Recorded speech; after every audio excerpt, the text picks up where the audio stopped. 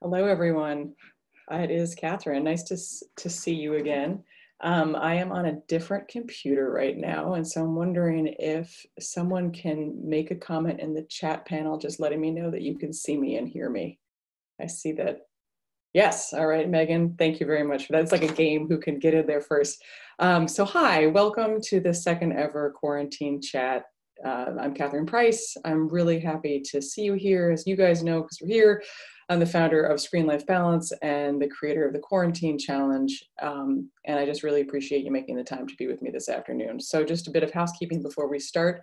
I've decided to use the chat function this time instead of the Q&A, because if anyone was on the call last week, may have noticed that I just kind of was like, Q&A, and got stressed out about the idea of reading things while also looking into the webcam, and it just ended the session, and didn't realize none of the questions would be saved, nor any of your comments, and probably didn't answer all your questions either. So I think the chat function will be better because I can see what's going on the side here. So that's my housekeeping. I want to start the way that I did last week by just taking a moment with all of you to encourage everyone out there to take a deep breath and recognize that in this particular moment, wherever we are okay. Who knows if that will be true in the future, but for right now, in this second, presumably we're all breathing and we're in a webinar. So I'm going to take a deep breath myself, because it also just stresses me out to be staring into a web camera with no actual physical people present, and just attempt to just relax for a second. So feel free to join me if you'd like to. No one can see you, even me. So deep breath and just an exhalation. So the subject for today is how to maintain some kind of semblance of screen life balance, even when it seems that your entire life has shifted onto screens, which I know is true for all of us. Feel free to submit questions as I'm talking, even if I don't get to them while I'm talking. I want you to ask me questions in real time, because I want to leave a lot of time for Q&A today. So I've been thinking about this a lot myself, because I guess that's what I do, but also because my own life is onto screens. I spend so much time in my work life and personal life trying to prioritize in-person relationships and connections. It's been very disorienting to realize that suddenly everything is on screen. And it's made me realize in many ways the amazingness of technology, and how grateful I truly am for it, because it has made such a difference to be able to do things like do happy hours over Zoom, or video calls, or dance parties, dance classes. I see a friend of mine, Derek, is on this call right now, has been doing live dance classes for people, which you can check out at virtualdanceusa.com.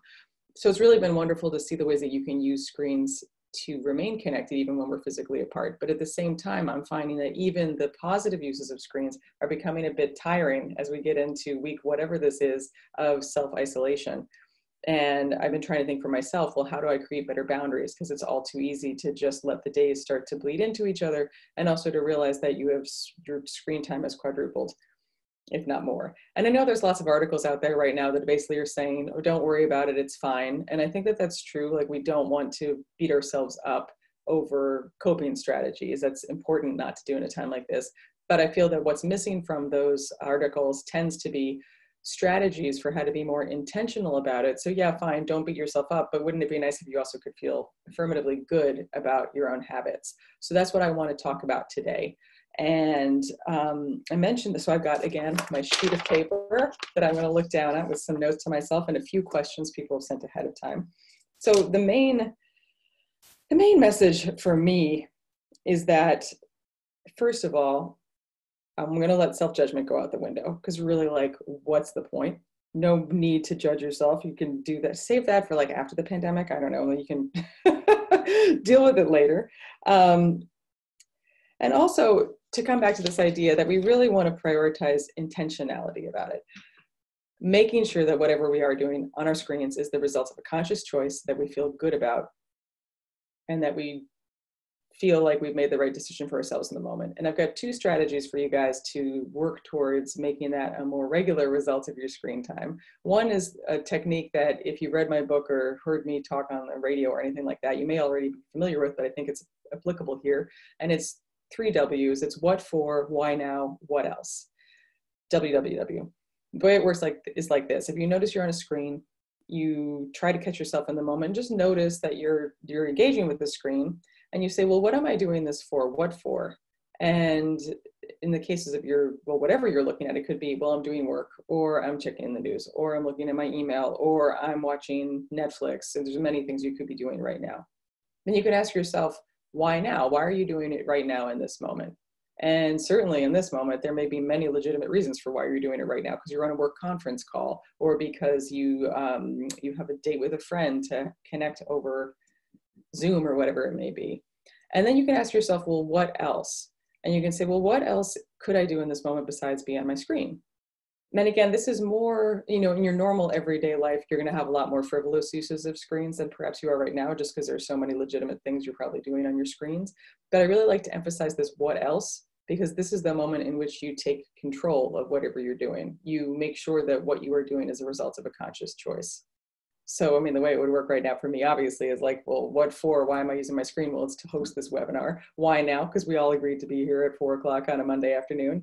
And what else? Well, I actually don't want to be doing anything else, because this is a conscious decision. I want to be here connecting with you and trying to give you some strategies. So I actually want to talk more about what for, why now, in particular, what else in a future webinar, but you can start playing around with it for now. And then the other technique is to think about what you're actually doing on your screen in terms of the 3 C's that I mentioned in passing last week when we were together, which is the idea that much of what we're doing is connection, creation, or consumption, especially when we're talking about our leisure time on screens. And there's no judgment attached to any of those 3 C's. It's just a matter of we'll be able to recognize which one of them you're engaging in to make sure that it's something that makes you feel good. Again, especially with your leisure time on screen. So are you using your device or screen to connect with someone? If you say, yes, that's what I'm doing, you also might want to go a step deeper and ask yourself, well, is this the best way to connect with people through my screen? Is this actually making me feel good? Because you might just be sick of Zoom or video calls right now, and maybe a straight up phone call would be better. Or maybe you're caught in like a massive group text, and it actually might feel a whole lot better to connect by actually talking to someone on the phone. I think one of the positive effects I've noticed so far of spending so much more time communicating via devices is that I've lost some of my shyness about just picking up the phone to call people. So ask yourself, what form of connection via technology makes you feel the best? You also have creation, using your screens to create stuff, whether it's writing or working, or I don't know, I've been working on a podcast myself this past week. I don't know what you guys use your screens for, but there's a lot of things we can do that actually create stuff, even if it's like a dance party or like a lip syncing video, I don't know, something that just is not passive consumption. And then that's the third category, is passive consumption. That's the part when you're reading the news or you're watching something on Netflix, reading something else, listening to a podcast, whatever it might be. And again, no judgment. This is a very personal thing in terms of what makes you feel the best with your screen time, but just recognize the different forms of consumption you could be engaging in, and then ask yourself, does it feel good? Is it actually soothing me? Maybe it's soothing you up to a point and then it makes you feel bad. What is that point? Same thing as eating junk food. Maybe you're like binge eating potato chips till you're stress eating, and maybe it feels really great for like 5 minutes and then you start to feel gross. So try to figure out where your lines are, and basically in your leisure time, how you can use your screens in ways that actually do make you feel nourished and calm, instead of allowing them to be a portal into anxiety and a feeling that you're wasting your time. Then once you have this kind of philosophical framework in place, I think that there's some strategies you can take that are very practical in terms of changing some of your own routines and habits when it comes to your screens and devices, and establishing some new habits that you probably could take with you going forward whenever it is that we're allowed to interact normally again. But for example, I think you really need to set a schedule for yourself and set some sort of boundaries, both physical and mental, about your screen time. Simply because even the best uses of screens, I at least find, can end up feeling draining if there's too much of it. So for example, when do you want to look at screens for the first time in the morning? When do you want to look at them for the last time in the evening? When do you want to take a break? I highly recommend that you have regular breaks from all screens and devices, just to give yourself a chance to reconnect with your physical body and then also with the physical world around you. I've been having a super weird thing happening to me recently, which is when I think about friends' faces, they kind of appear as if they're in a Zoom video. Or like, I'll look at my husband and he kind of looks like he's moving in a jerky way. And I realize, oh my goodness, my brain is actually superimposing a internet delay on top of real life. That's probably a sign I need to step away. So ask yourself, when could you take a break? And what could you do during those breaks? Going back to that what else idea. For example, I just took a long walk before coming onto this webinar, and I left my phone totally behind. And the act of leaving it behind made the walk itself feel much more present and much more calming to me than it would have even if I just had the phone in my pocket. I also seriously recommend, as always, not having your phone or the computer in your bedroom. If you have your phone or your laptop or your iPad or whatever it may be in your bed, you're going to probably be looking at something pretty stimulating right before bed. Instead, try to charge that out of the room and put something that's a little bit more soothing in there instead, to create a sense of a physical boundary in your living space between yourself and your screens. Similarly, I always recommend this, but do not have, or I suggest that you experiment with not having screens around when you're eating a meal or engaging in something that's either with the other people whom you're with or that involves any of your other senses, because if you're distracted by your screen, you're not really going to be fully present there. So just again, the idea of boundary setting, and you can decide personally what you find the healthiest boundaries for you are. I personally charge my phone in a closet or downstairs or somewhere that's totally away from where I am. And that brings me to a question someone sent us ahead of time, which was basically, where can we put our phones so we aren't, I'm gonna look down at this so I can read it to you guys. Where can we put our phones so we aren't walking around with them constantly, but so that we can hear any calls, but also ignore the constant texts? So there's also lots you can do playing around with your phone settings to make the essential stuff come through without feeling like you're constantly on high alert because of all the notifications and texts. First of all, minimize notifications. I really recommend turning off all that you can bear to turn off. There's no reason to get pinged for every news story. There's no reason to get alerted for every single email. You can actually reduce your stress enormously by just experimenting with turning off notifications to the bare minimum. You can also go into your phone's settings and you can put do not disturb on and then choose who you want to allow calls from. And that's a great solution for the person who sent us this question. You can actually create, well, two ways. If you're on, and I apologize to Android users, I don't use Android, so you'll have to do an internet search for this general principle. But if you are using an iPhone, you can go into your contacts and add people to your favorites list who you want to be able to reach you via phone or text. And then you can put your do not disturb on and say to only allow calls from favorites. If you want to get more granular about it, you actually can create whole like different groups and lists of people from your computer. Unfortunately, you can't do it from the phone. You have to do it from the computer, but you could say like emergency contacts or something and have them be the people who are able to reach you through the phone call, even when your phone is on do not disturb. You also have the option of adjusting the notifications for text messages. So you can choose which not to have an audible notification, maybe only to have somebody show up on your home screen when you actually think to pick up the phone. So I highly recommend playing around with your notification settings to keep yourself sane, and the do not disturb settings.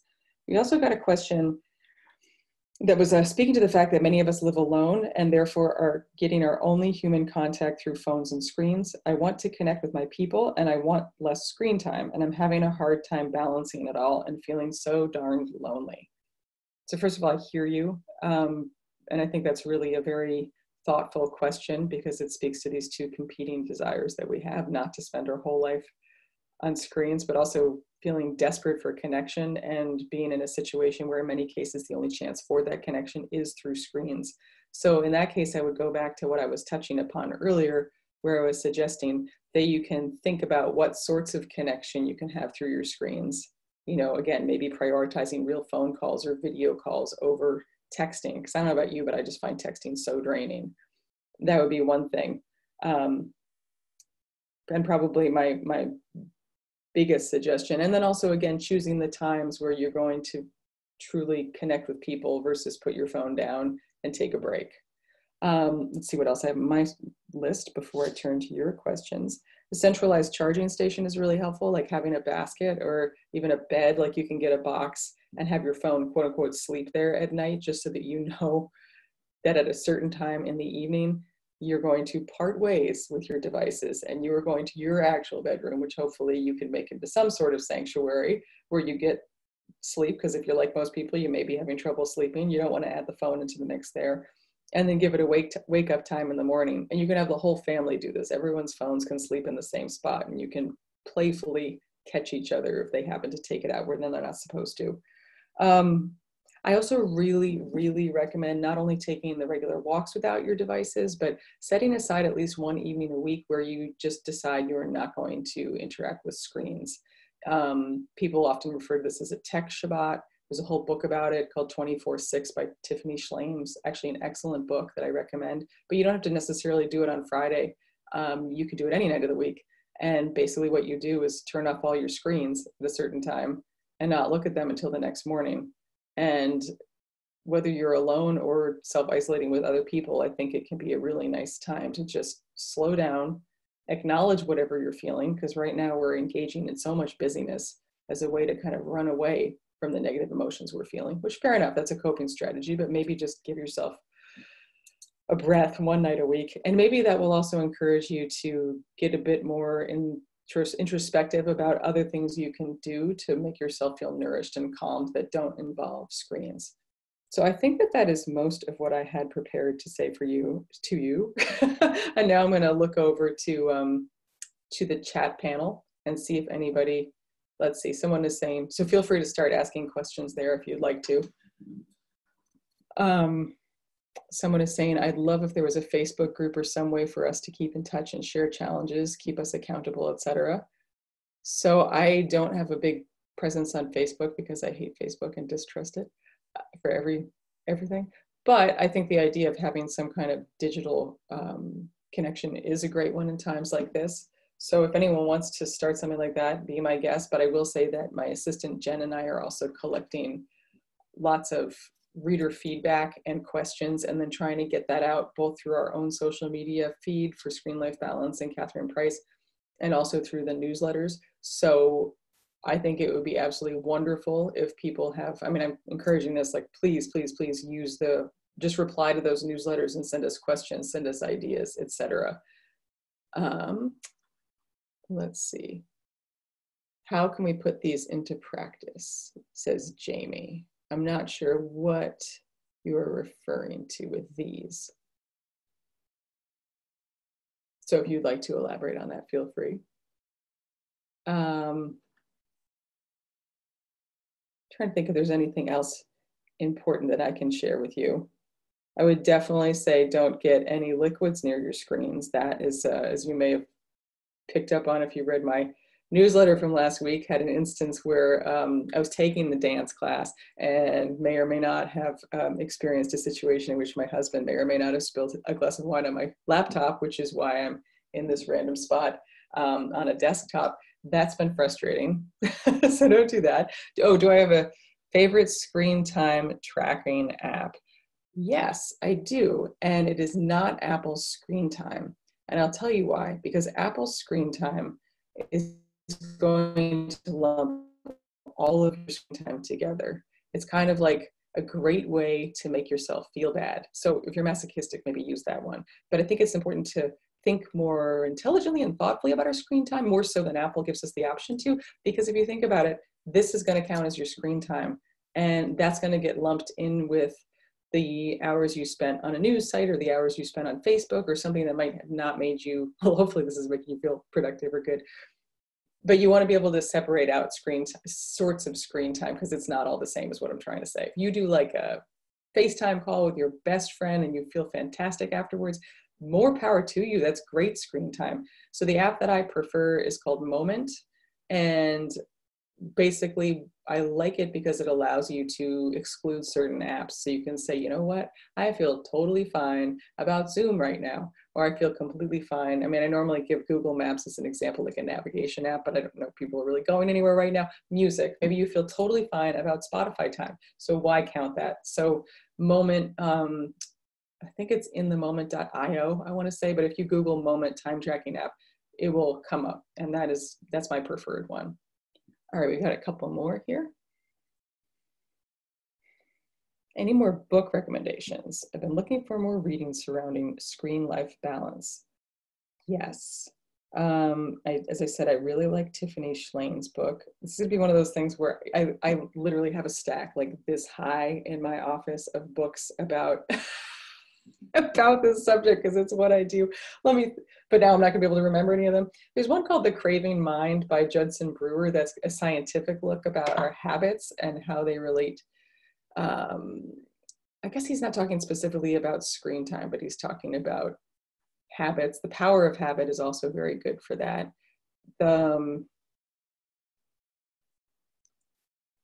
You have, oh my goodness, Adam Alter's book, Irresistible, The Attention Economy and the Business of Getting Us Hooked. If you're interested in Facebook, Roger McNamee's book, Zucked, with a big thumbs down, great title, is very eye-opening.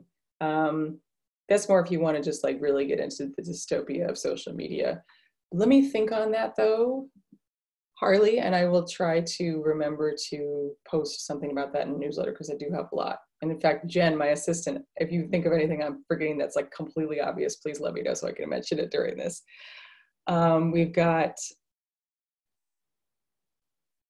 I'm working to achieve screen-life balance. However, I feel glued to my devices. How can I walk away and still be productive in our quote digital world? Well, some of the stuff I talked about earlier, I think could be helpful about figuring out what exactly you're doing on those devices and which part is actually productive or soothing and which parts are not. I also might suggest trying to figure out which devices you're using for what. So for example, answering email on your phone is very, very inefficient.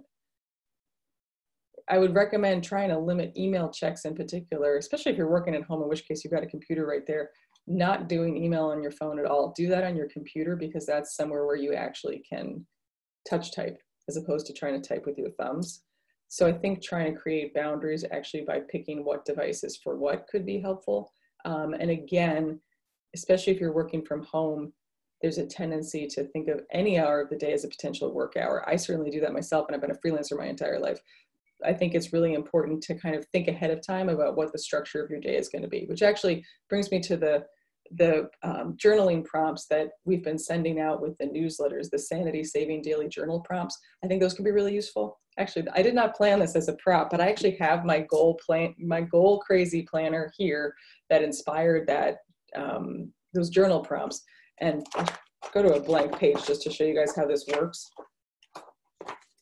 It actually asks you things like, what is your most impactful goal? What's important today to get done? What's nice to get done? And what are you not going to do today? And it gives you a spot for a bullet plan. And then it also has this nice affirmation element where it asks you to list a couple things you're grateful for, things you're excited about, and some affirmations. And then it has an evening check-in. I have actually found this even during this quarantine time to be enormously helpful to your question, to keep myself on task and not let work time bleed into the entire day. It's like, okay, I had these 3 goals, I achieved them, now I can take a break. So we got a couple more minutes, and let me just see. I've got a couple more questions here. I also feel like I'm all red, very red. I can't really see myself, but I think I'm really red. I think it's because I went for like an hour-long walk right before this.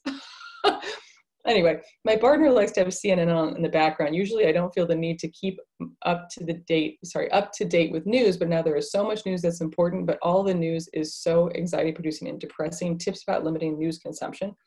Yes, I do have lots of tips, Matthew. There was a subject of last week's webinar, and that link should be in the regular newsletters we're sending. If you can't find that for some reason, email us and we'll get you a direct link. But I do think that it's very important to be intentional about news consumption, and that having CNN on in the background is going to stress you out. So you might want to have a conversation with your partner about how to minimize or eliminate that. And if they feel they really need to be up to date, maybe there's that's somehow something that's soothing to them, which is kind of incomprehensible to me, because how can it be soothing? But that you can figure out a way to allow them to achieve whatever they're trying to achieve while not driving yourself crazy. But that previous webinar probably will have some good tips for you. Great, Jamie, I hope you enjoyed the journal prompts. And now we've got Jonathan. I have got friends who are very attached to social media, and I don't want to answer those posts of silly questions or upload your 4,756 photo to brighten their day. Is that a thing? Like, you actually have to pick a particular number? My friends always seem disappointed when I don't do that. Do you have any friends who don't understand you're trying to limit screen time, and how do you explain it to them? Well, it reminds me of something I've been experiencing recently, which is that I keep getting these emails that say like share an inspirational quote and then forward this email to 20 other people in your life. And I've gotten at least 3 of them and I feel horrible because I haven't done them. I just feel like it's yet another thing on my to-do list. And I don't know if I want to get, I mean, I want inspirational quotes to share with you guys in the list, but I don't want that many more emails. And also I feel like I'm already sending out so many emails to my friends about things that I'm doing. I don't want to like inundate them with more emails. But so what I do, this is a great tip. I just mark them as unread and then I just leave them on my inbox so they make me feel bad every time I check my email.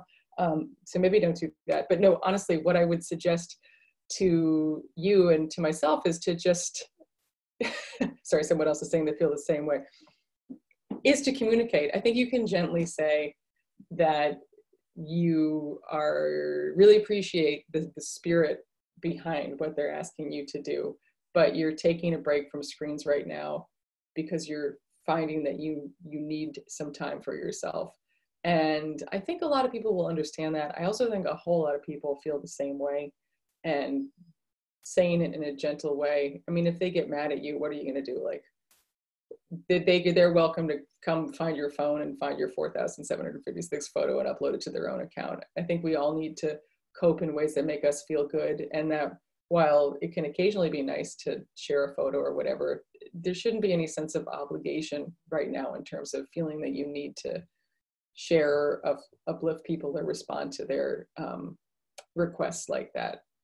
I guess my short answer would be, I think that you can send a nice note to them if anyone actually gives you a hard time. And you also could just post something on your own social media page. You know, you could actually say, things like, I'm not checking my social media account as often as normal because I'm taking a break, or I really appreciate all these invitations, but I personally am finding that for my own sanity, I need to just minimize my obligations. So anyway, thanks, Jonathan. That is all the questions that I have here. I see that there is a Q&A from Debbie, and we will get back to you, Debbie, separately. Thank you all very much for joining this second ever quarantine chat.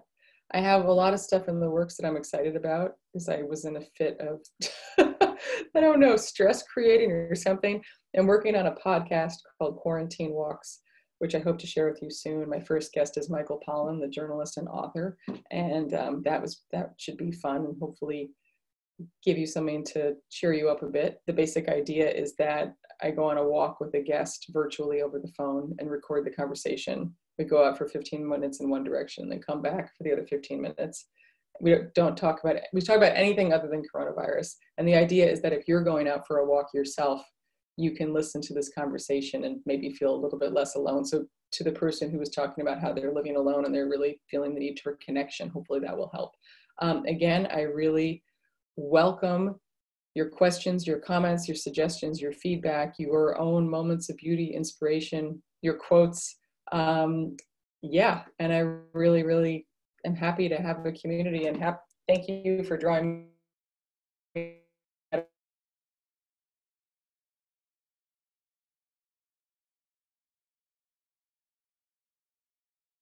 All the best. So take care. I'm going to attempt to share my screen with a final slide, but I'm not sure how this is going to go.